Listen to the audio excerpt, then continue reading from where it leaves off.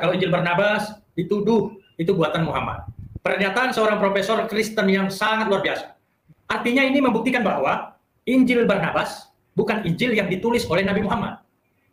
Yang kedua, bagaimana mungkin Nabi Muhammad kalian tuduh menulis Injil Barnabas untuk menyerang kekristenan? Sementara kalian menuduh Rasulullah SAW, Nabi Muhammad, orang yang tidak bisa membaca dan menulis. Yang kalian tuduh Nabi buta huruf. Kalian tuduh Nabi buta huruf, tapi kalian... Apakah Nabi Muhammad buta huruf? Begini, ketika dikatakan ummi tidak dapat membaca, itu yang seperti tertulis di dalam kitab Yesaya pasal 29 nomor ayat 12. Sekali lagi, kitab Yesaya pasal 29 ayat 12. Di situ dikatakan bahwa ketika kitab itu dibukakan dan malaikat itu berkata kepada seseorang pria itu, "Bacalah, Iqra." Lalu laki-laki itu menjawab, "Aku tidak dapat membaca." Kepada seorang yang tidak dapat membaca dengan mengatakan, "Baiklah, baca ini," maka ia akan menjawab, "Aku tidak dapat membaca." Ma'ana qari. Ya, itu nomor.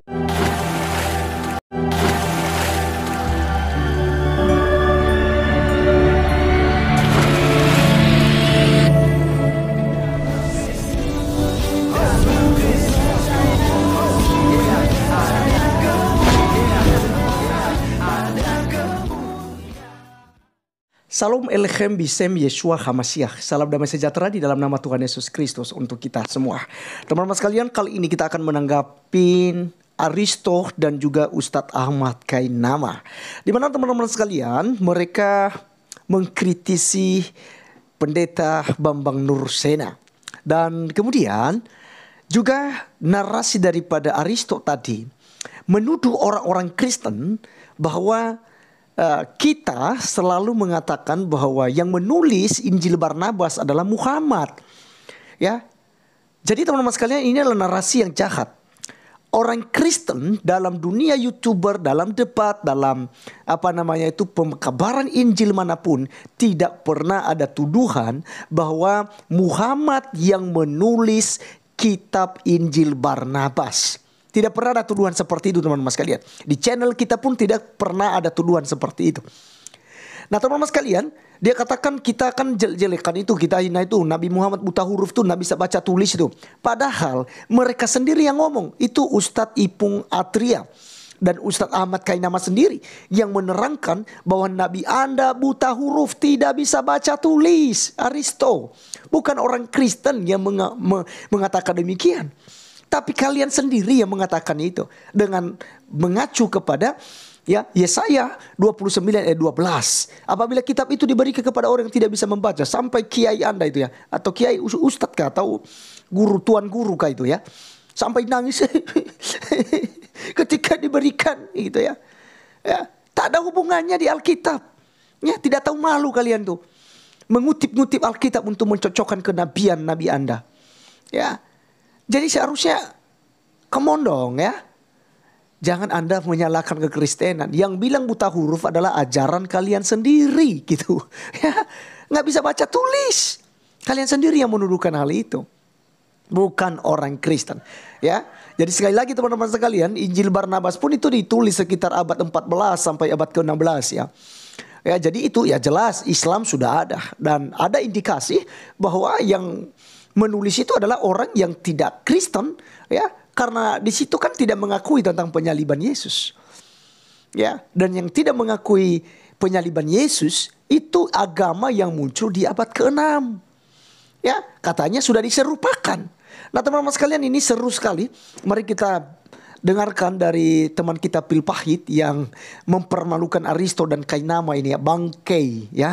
Kita dengarkan videonya berikut ini. Saya meneliti kembali Injil palsu ini di Maktabah Anda Dominikan Kairo. Di sanalah saya menemukan teks asli Injil ini. Ternyata teks asli Injil ini bukan bahasa Ibrani, bukan bahasa Aram, bukan bahasa Yunani. 3 bahasa ini plus bahasa Latin, lingkungan kecil dipakai, adalah bahasa yang hidup di Israel pada zaman Yesus. Tetapi teks asli Injil ini ditulis dalam bahasa Itali. Sedangkan bahasa Itali itu adalah perkembangan dari dialek Latin yang baru ada abad 11 Masehi. Jadi pada zaman Yesus, bahasa Itali itu belum ada. Tapi kok Injilnya ditulis dalam bahasa Itali? Saya meneliti kembali. Nah, saya senang sekali mendengarkan pernyataan Tuan Guru Bambang Nursena. Baik. Artinya, Ya. beliau katakan bahwa Injil Barnabas ditulis dalam bahasa Itali. Artinya, Ya. orang Itali sudah mengakui kenabian Nabi Muhammad. Canggih juga analisanya ini Bung Aden. Canggih Yang kedua, Kita sudah saksikan bersama bagaimana Aristo memutar video pernyataan Pak Bambang Norsena. Sangat jelas Pak Bambang temukan bahwa Injil itu ternyata ditulis dalam bahasa Italia, dan bahasa Italia itu berkembang abad ke-11 Masehi. Tapi dalam komentar Aristo dia katakan bahwa jika pernyataan pendeta BN benar, artinya orang Italia mengakui kenabian Muhammad. Aristo ini lupa apa pikun. Tadi kan pendeta BN sudah bilang bahasa Italia berkembang abad ke-11 Masehi, artinya Islam sudah ada. Jadi kemungkinan penulis Injil Barnabas adalah seorang Muslim masuk akal. Tidak berhenti di situ, Aristo bilang, Canggih juga analisanya ini Bung Aden. Canggih juga. yang kedua, Ya. yang kedua, artinya orang Itali tidak mengakui penyaliban Yesus Kristus pada zamannya. Iya. Karena Pada abad Injil 11 Masehi itu ya. Ya, 11 Masehi. Nah, jika Injil Barnabas benar ditulis dalam bahasa Itali, berarti orang Italia tidak mengakui penyaliban Yesus. Ini adalah cacat logika Aristo. Tidak semua orang Italia beragama Kristen. Bisa saja yang nulis orang Italia dan beragama Islam. Kalau dia beragama Islam, tentunya dia tidak mengakui penyaliban Yesus. yang ketiga, pernyataan Injil Barnabas dikarang oleh Rasulullah, maka terbantahkan oleh pernyataan Dr. Bambang Nursena. Satu. Pintar. Ya, berarti kita tidak usah kajian. Semuanya sudah dapat. Tidak usah kajian. Udah, sudah. Memang kesini, lagi ke situ. Udah selesai. Mau bilang apa? Ustaz tadi dia tidak usah buka Google. Udah selesai. Ya, iyalah. Karena kakak begini, Silakan. Ya. Rasulullah lahir abad ke-6. Iya. Pernyataan Dr. Bambang Nursena, Injil Barnabas, Mm-mm. ditulis pada abad ke-11. Berarti Rasulullah usia 5 tahun. Nah, Iya. sementara Enggak. Abad 11. 5 tahun bagaimana? Rasulullah lahir Sayyidina wa Maulana Habibullah wa Nabiullah Rasulullah Muhammad sallallahu alaihi wasallam. Allahumma shalli wa sallim wa barik alaih. Itu lahir tahun 571 Masehi. Ya. Menurut yang terhormat Bapak Pendeta Bambang Nursena, itu Injil Barnabas itu adanya abad 11. Jadi tahun 500 ke tahun 1100. 1100, oke. Ya kan? Nah, berarti nggak ada hubungannya dengan Rasulullah gitu kan. Enggak ada ya, betul-betul. Iya. Artinya terbantahkan Bagus. semua, karena Iya. ya, analisanya Iya. keren juga itu Dr. Bambang Nursena. Oke, baik pemirsa.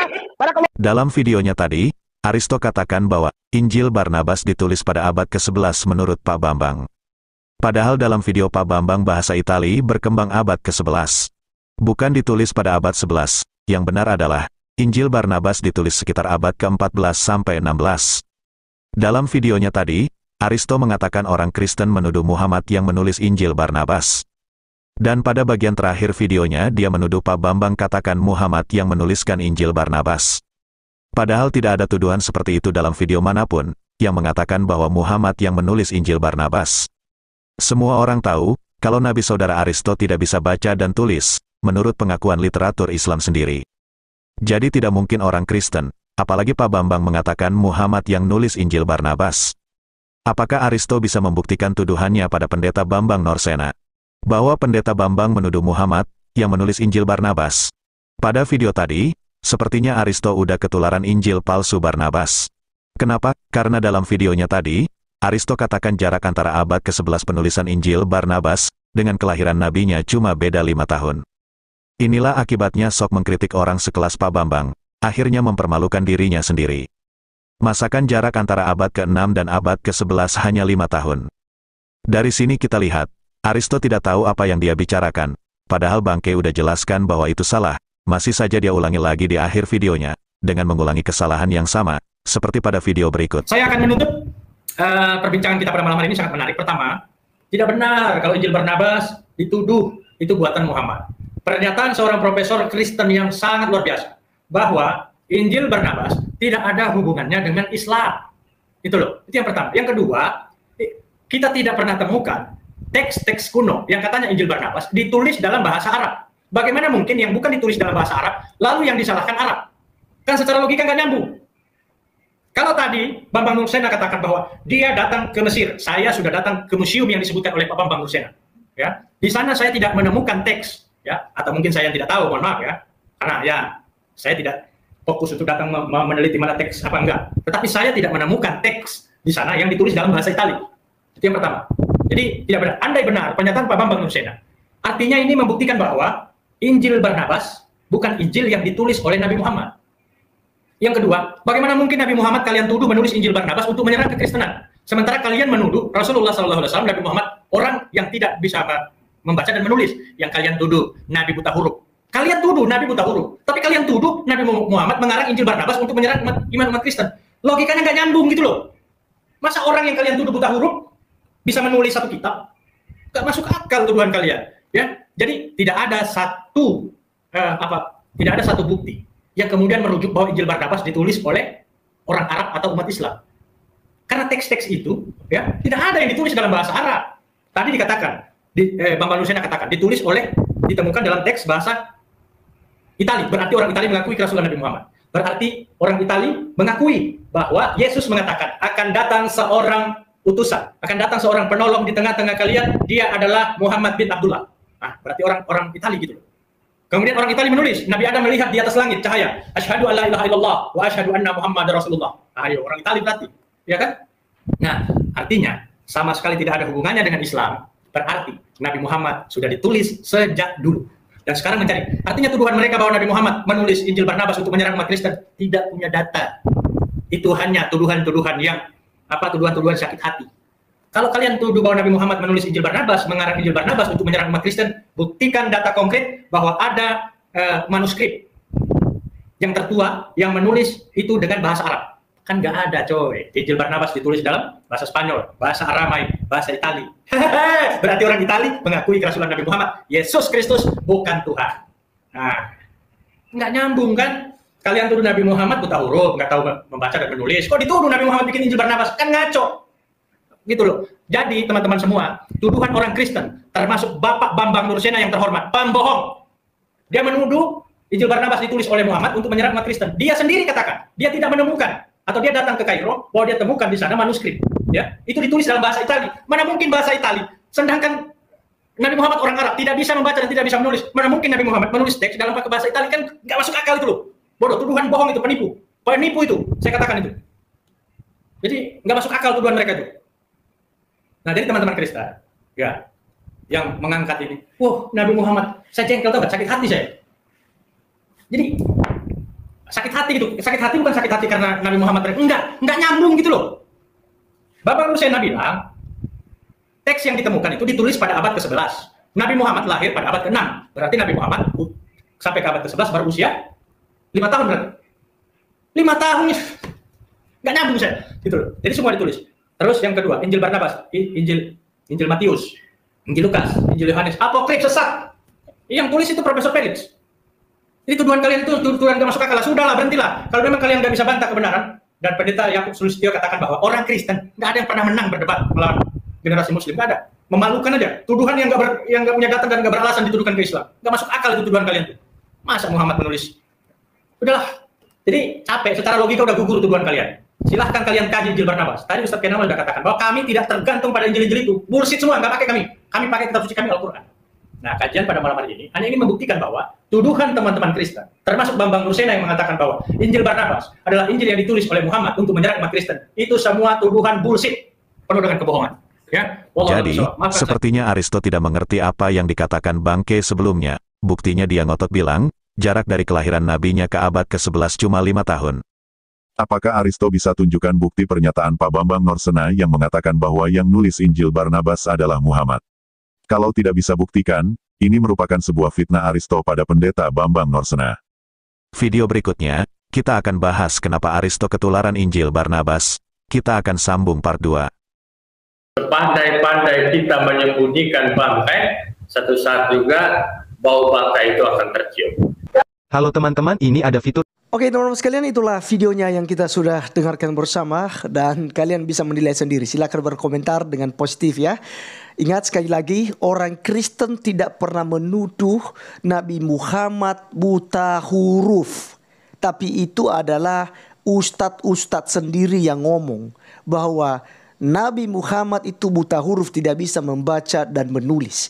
Itu sebabnya Ya, Ustadz Ahmad Kainama tadi di awal dia mengutip Yesaya 29 ayat 12 yang sebenarnya sangat tidak nyambung dengan Nabi Muhammad, ya. Sangat tidak nyambung karena ayat itu tidak berbicara kepada seseorang pria, laki-laki atau apapun itu yang dibilang oleh Ahmad Kainama. Oke, teman-teman sekalian, ya sekian video kali ini dan sampai ketemu di video berikutnya. Tuhan Yesus memberkati. Salam.